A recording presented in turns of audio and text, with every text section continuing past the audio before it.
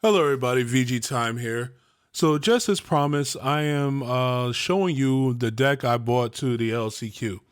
This deck, when I started playing it, people looked at it like, "Wow, that's wild. We ain't ever think about this." And I had let some other people play it. They really enjoyed it as well. The deck is very powerful, and so I just thought I'd share it with you today. So the reason why I brought this to the first set of LCQs was because I did not want to spend a lot of time in the LCQs, right? I wanted to get through my rounds as quickly as possible. I wanted to strike the fear of God in my opponent, and this deck kind of does that. So let's go over it, what it is, and why it works. We have the Broly leader here. It's the promo black Broly leader, and they printed this card, which is the Z leader. So this Z leader, when a lot of people read it, they didn't think it was anything significant. I read it and said, this card is busted. What happens is once you have the 2 energy and the 2 Z energy to be able to pay for it, and you're at 4 less life, during your turn, you could pay that energy and you play this on top. It's a 30k double striker. That right there makes it kind of scary to a lot of people.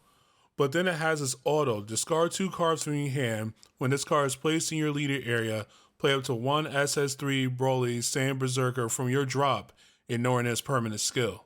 I'll get into that card later because that's pretty important. Then it has, at the start of your opponent's main phase, move this card from the game so you don't get to stay at 30. Then it says place 1 non-black card from your battle area in its owner's drop. Choose up to 1 of your opponent's battle cards, send in its owner's warp, and your opponent sends 1 card from their hand to the warp. So the typical engine was you go into this guy once you make your Z leader, and you would get him out the drop. And this guy says, when you play this card, choose up to 1 green Broly card in your hand with an energy cost of 7 or less and play it. And typically what you would play is this guy right here, Broly, the Supreme Berserker. And this guy is a really good card. You would swing with him. He has critical, and he has the option to burst 5. And if you do, if your opponent has 3 or less cards in their hand, you switch it back to active mode. Or if they have 4 or more cards, you get to look at their hand, choose a card from it, and send it to the drop. Both of them are very powerful abilities. And then what will happen is you use the Z Leader skill to get rid of this to go into this 8-drop Broly by triggering this auto, where if it's removed from the battle area, if a 7 or higher green battle card is moved from the battle area by a skill, or KO'd, you get to pitch every other card in your hand and play this guy. Then this guy has a skill that, he's 40k double strike, which is good enough, but if you're at 1 or less life when he swings, your opponent discards their hand. All right, so now that we established that this was the case, the first thing I said when I was looking at all these other lists was, why aren't we playing Babidi? So you might be wondering, why would you play Babidi? Well, it says here, reduce the energy cost of all Agent of Destruction cards in your hand by 1. So that would mean that if Babidi is on the table, the 8-drop becomes a 7-drop in your hand. And when you make let me be specific, the ultimate, because it's an Agent of Destruction, becomes a 7-drop in your hand. So you could just play this guy, auto triggers, play the Agent of Destruction Broly. That will again bypass the Broly's discard your whole hand, and you are able to start pressuring with this guy off the bat. So that in of itself is pretty solid, but I wanted to make it go a little bit faster. So then we look at the other auto. When this card is placed in your drop area from your hand by a skill and your leader card is a Broly card, choose up to 1 Broly's rain card from your deck, activate it, then shuffle your deck. If you do, choose 1 or 2 cards in your life and add them to your hand. So this helps to get you down to 1. So if you're already at 4, you just swing on the front side, you crit a life, you bring yourself down to 3, you awaken, you draw your 2, you go into your Z leader, then you pitch 2 cards, you get this guy from the drop.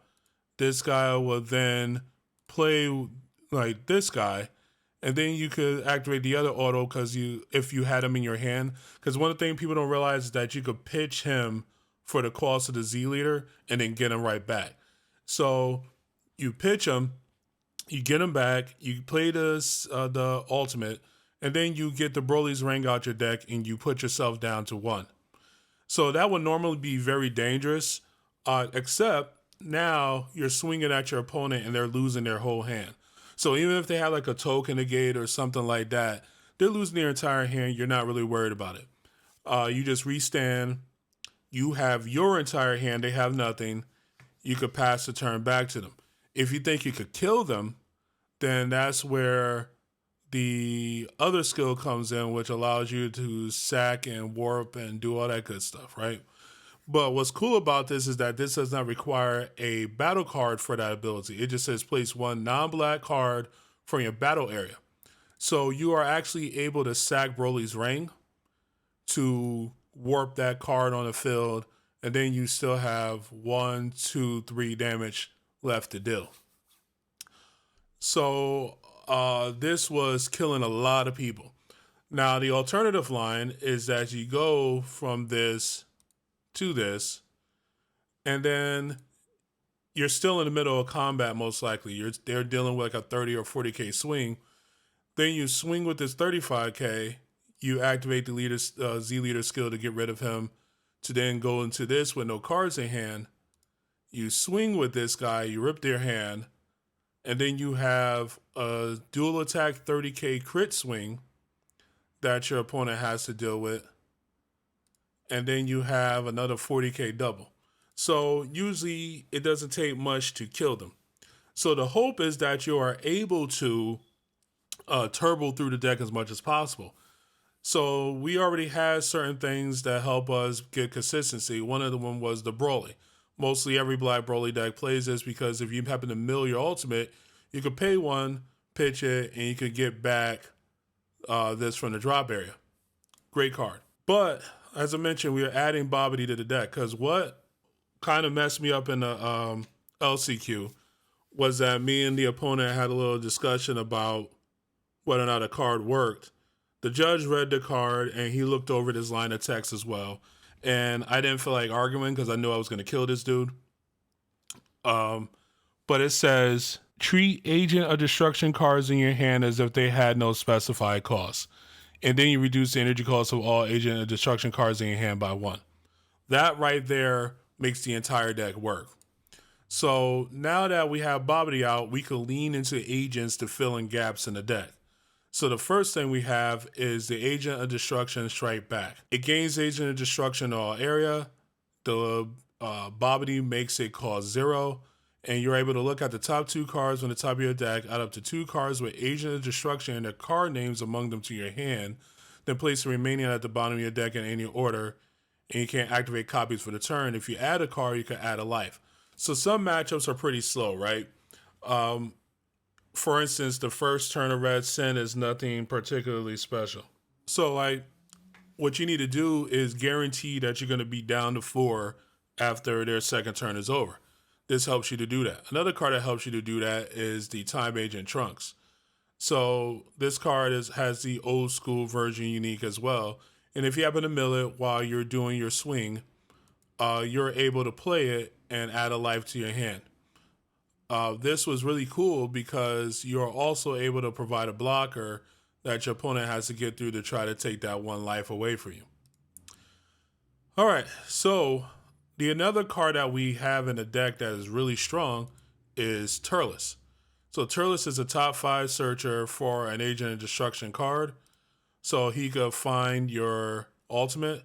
And speaking of which, so can this card right here. So you swing, you get a top 5 search. But sequencing is important in this deck. So what you want to do is activate this before you do any of your top X searches, because the cards that you don't get from here goes to the bottom of the deck. Continuing with the top searching, we have Time's Choice Supreme Kai Time. This card is really, really good. You overwhelm it as overwhelm of 3.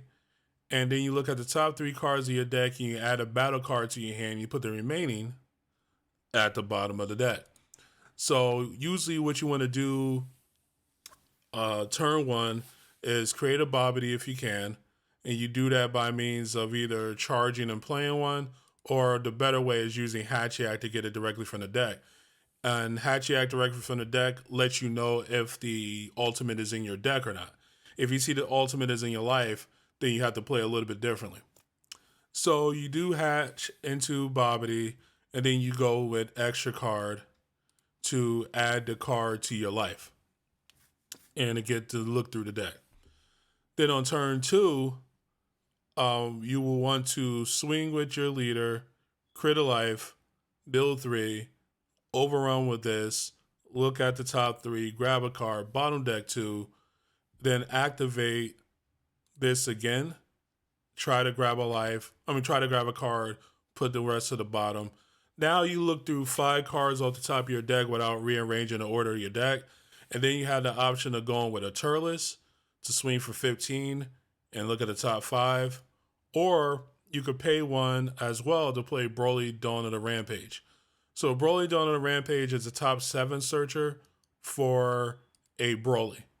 Now you would think that this is the card that you will want more, but the Turles attracts attention away from you, which you sometimes want. For negates, we have Garlic Jr.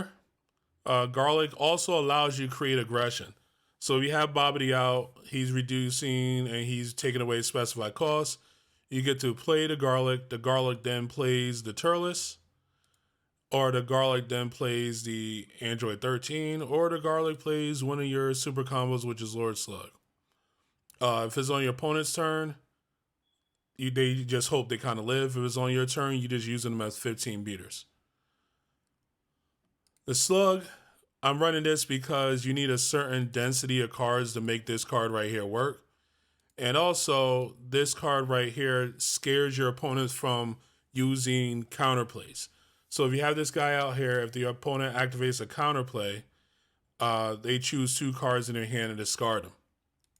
So they read that, they go, I'll let this 1 card slide. That 1 card might be their death. On average, the kill turn is turn 3. You just have to make sure you generate the Z energy and you turbo through your deck as much as possible to find your ultimate. Once it goes past 3, it gets a little dicey. The reason being is because your defensive options are really not that great. They're not terrible, but they're not that great. So another card I like in this deck quite a bit is Essence Vegeta Surmounting the Impossible. And the reason being is because you are able with this guy. One of the dangers, the reason why I played 3 Broly's Ring versus 2, right? Because a lot of people will ask me this question from the people that I've shown today. It's because of milling it, right? And drawing it. So if you mill and draw it and you only have 2 copies, life sucks. One thing that helps with that is that you have Vegeta to put it back on the bottom of the deck and take life and do all that good stuff. So that then when you go into this play, you're able to still grab it and you know it's going to be there because it's at the bottom of the deck. But yeah, I will try to see if I could get you some gameplay footage of this. But this deck is super powerful, really cool. And I want people to give it a try. Hopefully you guys enjoyed it. I'll catch you next time. This is VG Time signing out.